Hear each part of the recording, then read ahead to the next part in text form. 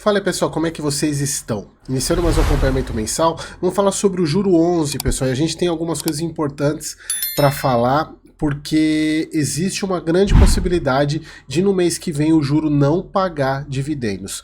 Então, assim, eu não quero, obviamente que eu não quero alarmar ninguém, não quero assustar, mas faz parte da estratégia da Sparta esse tipo de situação, e eu quero conversar um pouco com vocês. Inclusive, a Sparta ela fez um Q&A de perguntas e respostas sobre os fundos listados, né, falando sobre o juro 11, o CDI e o CRA.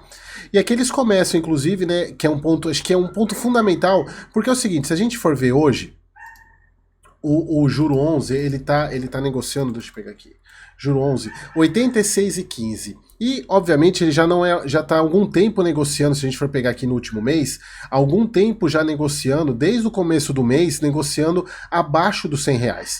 E aí as pessoas falam, Eric, pelo amor de Deus, o juro não vai pagar dividendo. E aí, porque a cotação está abaixo de R$100. E aqui, eles fizeram esse Q&A exatamente para algo que eu já vinha falando para vocês há um bom tempo, e eu acho que algumas pessoas não tinham entendido isso ainda.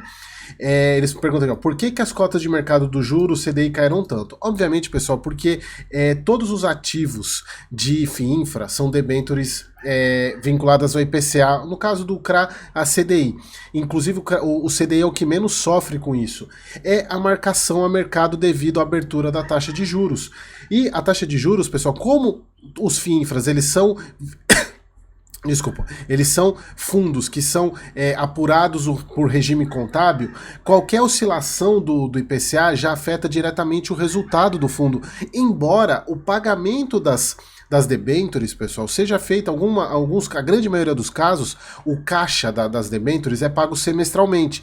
Então o fundo ele apura o resultado mensal com base nas oscilações da marcação, mas o caixa de fato ele entra a cada 6 meses. Por isso que mensalmente o que é pago é o resultado, por exemplo, a maioria das debêntures pagou em janeiro. Ele pega esse caixa recebido e vai pagando durante todo o mês e, obviamente, com base no regime contábil de apuração de todos os meses. E o que é importante de deixar claro é que a Sparta ela adota uma estratégia, um procedimento que ela não paga dividendo se a cota patrimonial estiver abaixo de 100 e não a cota de mercado. Então, pessoal, assim, isso é importante vocês entenderem. A gente até vê aqui no relatório do juro 11, desde o último mês, que a cota patrimonial está em 100,99. E aqui eu já vou falar um pouco sobre isso daqui a pouco. Então, em tese, o que está acima de R$100 é elegível para distribuição. Por quê? Qual que é a ideia que a Sparta adota?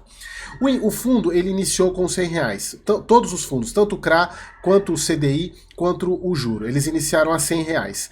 Então, qualquer coisa que tiver acima de R$100 por cota é lucro que o fundo tem. Abaixo de R$100 é prejuízo. Então, mesmo tendo caixa, mesmo tendo aquilo que eu falei, o fundo tendo recebido o dinheiro do pagamento dos juros das debêntures, se a cota patrimonial tiver abaixo de 100, mesmo ele tendo caixa, ele não distribui dividendo, porque eles entendem, e eu até concordo com essa análise, que se a cota patrimonial estiver abaixo de 100, significa que o fundo está em prejuízo contábil, ou seja, ele não poderia distribuir dividendo mesmo tendo caixa, porque ele está em prejuízo contábil. Então essa é a postura que o juro 11 adota, o CDI 11 adota, o CRA 11 adota, os fundos da Sparta adotam, porque eles entendem que você distribuir com a cota patrimonial abaixo de R$100 seria meio que uma devolução de capital do cotista, porque começou com 100. Então, se estiver distribuindo e estiver abaixo, significa que eu estou devolvendo dinheiro para o cotista, uma amortização em forma de rendimento. Então, eles entendem isso.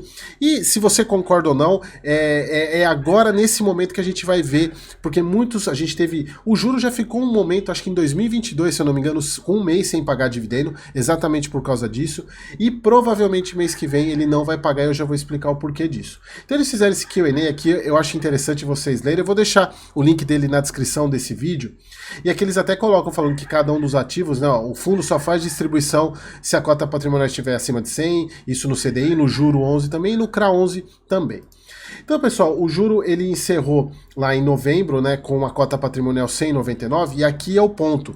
Eles distribuíram R$1 e encerraram com 100,99. O que que significa? Se o fundo encerrasse o exercício dele com 100,99 de patrimonial, ele só distribuiria 99 centavos. Ou até menos para não distribuir, ficar na cota patrimonial 100. Então percebam que provavelmente, do jeito que a gente está caminhando, ou ele vai distribuir menos de R$1 ou ele não vai distribuir. E eu falo o porquê disso. Se a gente observar na cota patrimonial de hoje, dia 18, olha quanto está a cota patrimonial do juro, que é referente a ontem, R$100,05. O que isso significa? Que se encerrasse o mês hoje, no dia 17, ele teria apenas 5 centavos para distribuir. Então ele não distribuiria dividendo.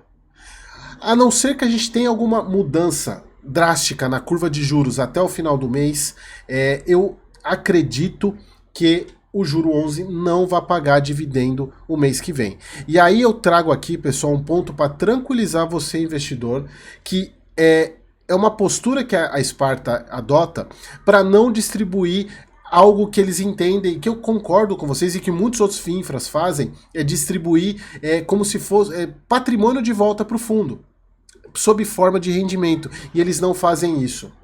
E aí eu falo para você o seguinte, se o fundo não distribuir mês que vem, não é para sair vendendo, pessoal, porque isso faz parte da estratégia do fundo, então não saiam vendendo. E a gente viu, assim, até eu estava conversando com a Glenda, que é do RI do juro, ela até chegou a comentar que é o maior drawdown, né, que é a drawdown é a diferença entre a mínima e a máxima que o fundo já teve.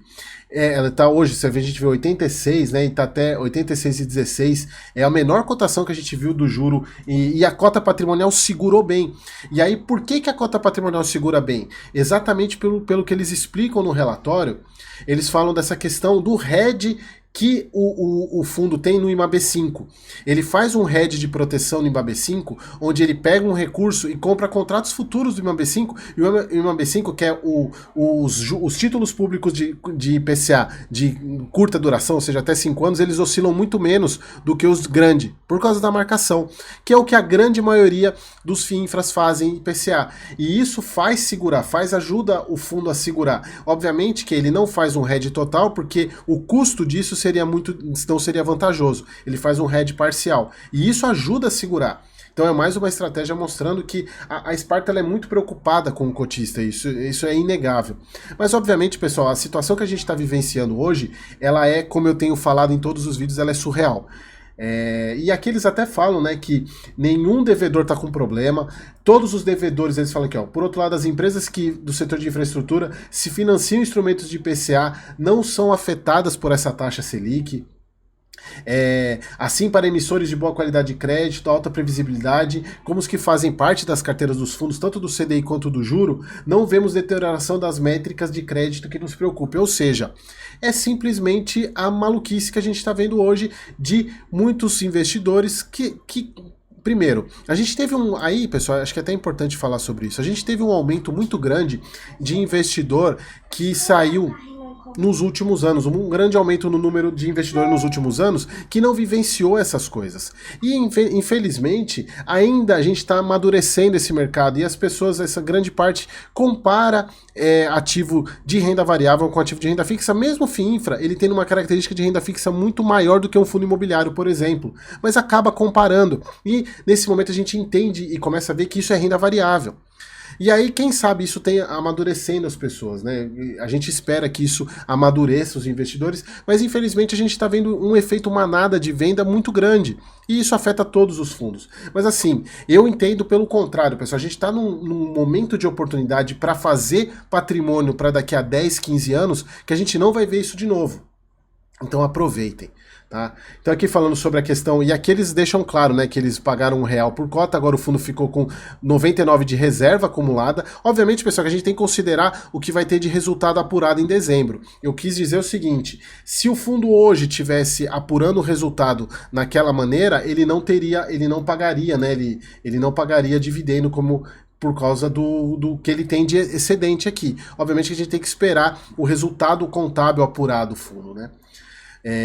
Então eles até colocam aqui nessa parte de dividendos, falando que que eles pretendem seguir até o primeiro semestre se as condições de mercado permitirem, o que hoje parece que não está permitindo. Porém, eles colocaram aqui, ó, fazendo um pequeno ajuste em relação à sinalização dos últimos meses, diante a maior volatilidade de mercado de juros, nos próximos meses passaremos a equilibrar a recorrência das distribuições com a recomposição de reserva acumulada. Ou seja, eu acredito que eles não devam... O que eles estão querendo dizer aqui pode ser que o R$1 não seja pago mesmo, porque eles vão usar uma parte para compor reserva. Mas assim, pessoal, isso é algo que é fora do normal disso e não é problema estrutural no fundo. Isso que eu quero que vocês entendam. Não é problema estrutural do fundo, é um problema do mercado como um todo, tá? Bom, aqui, pessoal, as métricas do fundo, a gente vê que ele sempre entrega retorno, então não tem muito o que falar, muito diversificado, nenhuma exposição muito grande. Então, assim, pessoal, é a maluquice que a gente está vendo no mercado. Mas o que eu queria deixar de recado, e até primeiro agradecer a Sparta aqui, né, sempre pela moral que eles dão pro canal, mas o que eu queria deixar de recado aqui é o seguinte: se porventura o Juro 11 não pagar dividendo no mês que vem, você que está assistindo esse vídeo não fique preocupado, porque isso faz parte do processo da gestão do Juro 11, tá bom, pessoal? Então, espero que vocês tenham gostado e até o próximo vídeo.